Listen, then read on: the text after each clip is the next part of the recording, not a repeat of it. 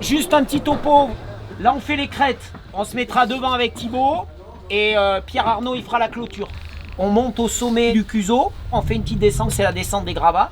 Pour ceux qui le souhaitent, on proposera un premier effort au seuil, du pied des gravats jusqu'au sommet du Val de Cour.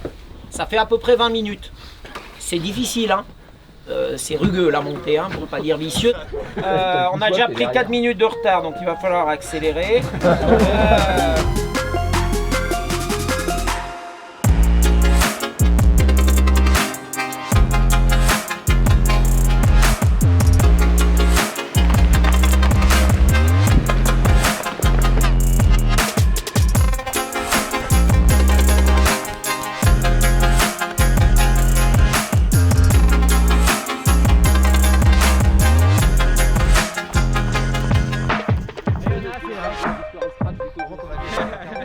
Pour 29, c'est pour une région de plaine, ça, ouais. C'est pas mal pour une région roulante. Et ben voilà, la visite touristique est faite. Ouais. J'ai pas envie qu'ils me reprennent tout de suite. Du coup, je me suis remis, vu que j'avais économisé une heure, moi j'ai pris. Ils sont mignons ces camping-caristes quoi. Fait l'aller-retour de quoi? Du Puy là? Ouais, 15 fois. Juste ce matin.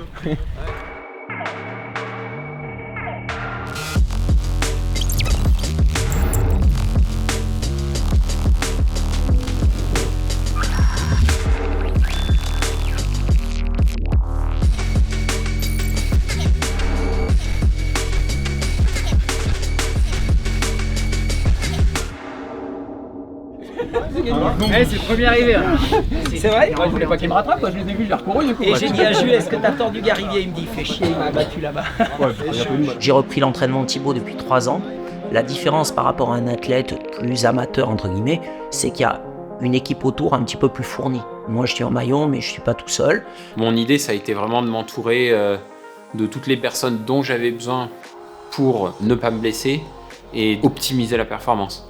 Les deux clés de voûte, on va dire, c'est Patrick Bringer qui a la place du head coach, qu'on pourrait dire, et puis Massamba qui est vraiment du côté de la préparation physique. L'objectif c'est toujours le même, c'est aller le plus haut possible. C'est 5 à 10 secondes de récup. Ouais, même un peu plus, prends bien 20 secondes. Je veux vraiment que tu joues ta vie sur chaque saut. Okay. Le plus haut possible.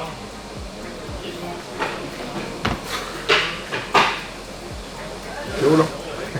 Je sais pas si c'est Théo, mais j'ai pas risqué ma vie quoi. Massamba, c'est un ancien judoka qui est kiné à la base et préparateur physique, et spécialisé vraiment dans le pied et la cheville.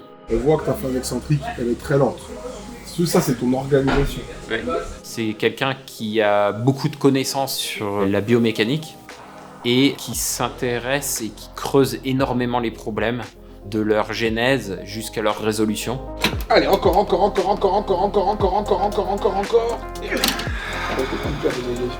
Et c'est extrêmement difficile parce que c'est tout le temps multifactoriel et c'est tout le temps très individuel. Mais à mon avis, ton inhibition, elle est vieille. Ouais. Ça fait longtemps, ça. Ouais. Et donc, notre manière de travailler ensemble, c'est de faire des évaluations, proposer une méthode de travail et de refaire des évaluations. Ouais, t'avais fait 300 et là, t'as fait 400. Donc sur 110 secondes, tu produis tout ça en plus, quoi, tu vois. Ça m'a notamment permis de sortir de ces problèmes de tendons que j'avais depuis que j'ai commencé de courir. Maintenant, au bout d'1 an, j'en entends plus du tout parler. Ensuite, il y a une équipe médicale et paramédicale avec Nico Desgrebon, le kiné, et puis Samuel.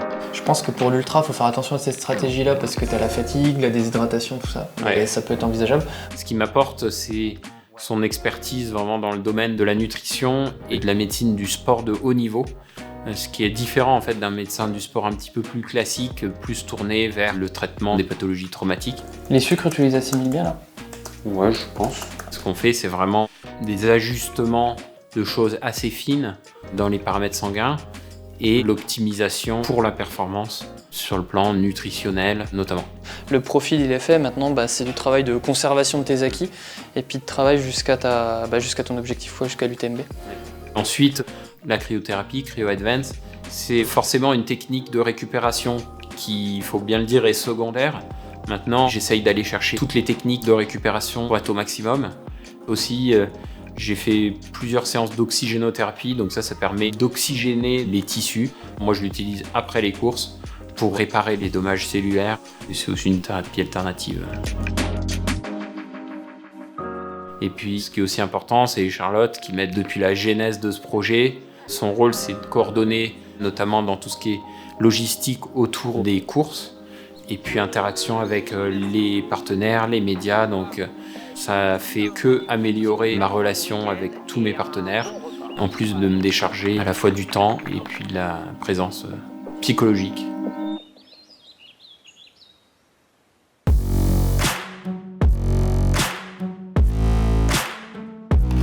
C'est comment là, t'es bien? Ouais, ça va. Alors pareil, pousse, aspire. C'est bon, je me suis défoncé les contents. Pascal Balducci, c'est lui qui a été le premier à implémenter un test incrémental sur tapis en montée, ce qui était très spécifique au trail. Le test est réalisé sur un tapis en pente à 15% fixe et toutes les minutes, le tapis accélère d'un demi-kilomètre/heure. 40 secondes encore à ce palier à 9 à l'heure. Et donc l'étude des échanges gazeux permet d'observer les seuils ventilatoires jusqu'à l'épuisement. Je pense qu'on a 1-2 plateaux. Ouais. Non, parce qu'on est qu'à 10 à l'heure, il a de la réserve. Et je pense qu'il est... c'est une machine. Hein. Ouais.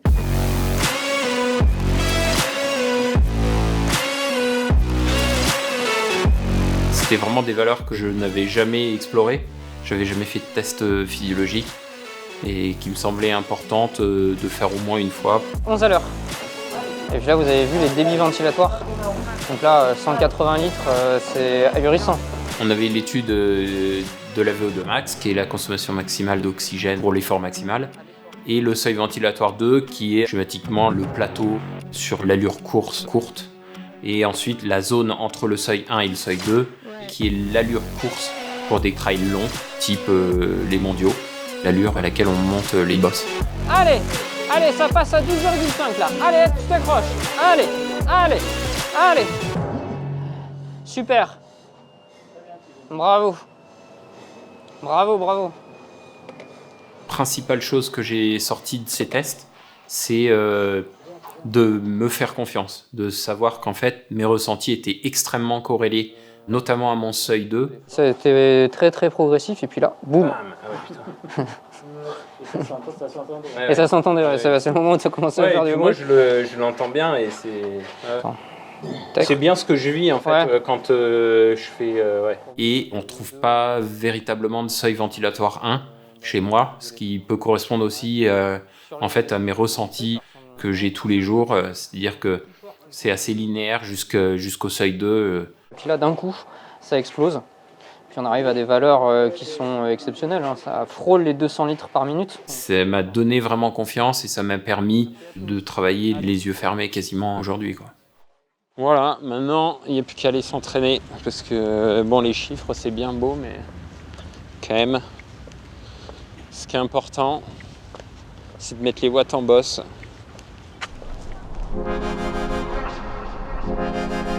Ceux qui arrivent au col de la cabane en moins de 45 minutes, faut déjà monter un peu, ils font l'aller-retour au Sancy. Au début des années 2000, j'ai beaucoup de copains du triathlon qui se sont mis au trail, vraiment dans les débuts du trail. Et c'est là où j'ai basculé dans cet entraînement-là. On a pas mal défriché la discipline parce que c'était très nouveau à l'époque. C'est aussi une grosse satisfaction d'accompagner des gens qui ont des vies professionnelles qui peuvent être très remplies. Je sais aussi toute l'organisation, tout ce que ça demande à ces gens-là, toute la rigueur qu'il faut. Patrick, c'est quelqu'un qui plaide vraiment pour l'entraînement par l'entraînement, on va dire. Ça passe par faire des heures. Concernant ma méthode, je ne sais pas si j'ai une méthode particulière. Je pense que la base de la méthode, c'est que j'aime ces sports-là. Voilà, j'aime le triathlon, j'aime le trail, je les ai pratiqués. Et je pense que c'est un gros atout, parce que je sais ce qu'ils vivent. Après, moi, j'aime avoir des athlètes qui travaillent, qui aiment s'entraîner. Donc, c'est vrai que c'est sûrement pas facile, peut-être difficile. Mais après, je pense que chaque entraîneur a sa méthode et les athlètes seraient mieux placés pour en parler. Je dirais rien à la caméra, ça va me porter préjudice. Il y en a deux qui ne dirait rien, on ne parle pas des entraînements de Patrick. La méthode Bringer, elle est costaud, mais c'est pour ça qu'on travaille avec lui aussi, c'est pour se taper dedans. Puis sentir que voilà, on a bien travaillé, bien progressé. Et c'est top, c'est cool. Thibaut, c'est un athlète qui est incontestablement doué Les qualités mentales, c'est un de ses très très gros points forts. C'est une des personnes les plus dures au mal que j'ai pu observer. J'en ai vu pas mal depuis le temps. C'est quelqu'un qui peut mettre le curseur de douleur à 8, 9 sur 10 et y rester très longtemps. Moi, j'ai le souvenir du championnat de France que j'avais couru avec lui où pendant 50 km, on m'a dit le gars devant, il est mort, le gars devant, il est mort, le gars devant, il est mort. Mais on revenait toujours pas dessus. Voilà, ça résume assez bien sa capacité à tenir très longtemps. Tu t'es bien senti du coup là? Ouais, j'étais pas mal. Agréable, j'étais surpris de les rattraper là. Je pense qu'ils ont dû se perdre au départ, prendre un mauvais chemin. Incontestablement, je dirais que sur le format 80-120 km, il fait partie des 2 ou 3 meilleurs mondiaux, parfois même le meilleur quand il remporte la CCC avec le record. Je pense que c'était une performance de haut niveau. Est-ce qu'il peut gagner à Innsbruck face à certains des cadors du circuit? Oui, mais pour ça, il faut que tout s'enchaîne bien, il faut qu'il n'y ait pas de soucis et il faut que la prépa soit bien faite.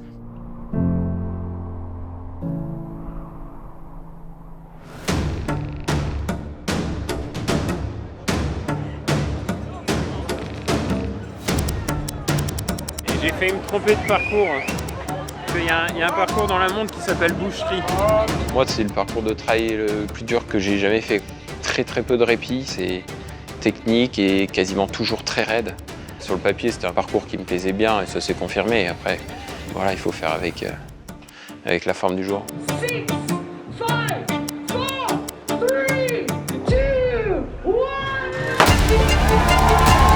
C'est parti départ très rapide, j'ai trouvé en tout cas.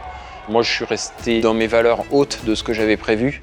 Bien mal m'en a pris parce que ensuite, la deuxième étape, je dirais que c'était vraiment toute la traversée. Donc là, on parle de 50 km. J'ai essayé de tenir le tempo et puis à partir de 3-4 heures, d'essayer de m'impliquer un petit peu plus dans les montées, dans les descentes. J'ai pas eu de gros trous d'air, mais j'ai pas eu non plus de phase où j'étais vraiment très bien. Donc c'est ça qui m'a manqué, je pense. Et puis en arrivant à Innsbruck, là, il reste une dernière boucle de 18 km avec encore 1003 de dénive. Ça a été très laborieux, j'ai eu une grosse douleur dans la poitrine, une sorte de point de côté, mais derrière le cœur. Je me suis un peu traîné jusqu'en haut comme j'ai pu. Finalement, dans la descente, ça a commencé un peu à passer au bout de 2-3 heures.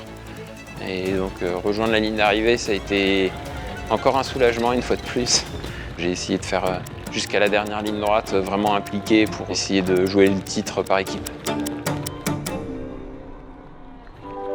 C'était très serré avec les Américains, encore une fois. Donc c'était un petit peu chaud jusqu'à la fin. Ça a demandé de ne pas lâcher, personne n'a lâché. C'est une 4e place dont je suis fier. Je suis content de ma course. C'est pas une course qui aboutit, mais voilà, j'ai fait une course avec les moyens du jour qui étaient ni bons ni mauvais. En fait, j'ai jamais été dans le jeu pour le podium et ça, bon, mentalement, sur une course objectif, c'est encore quelque chose, je pense, où j'ai peut-être un peu de travail à faire, mais là, les Alpes, le parcours était très dur. Personne ne peut se cacher et tricher. C'est ce que j'aime aussi dans ce sport, c'est que c'est vraiment un sport où le meilleur gagne à la fin.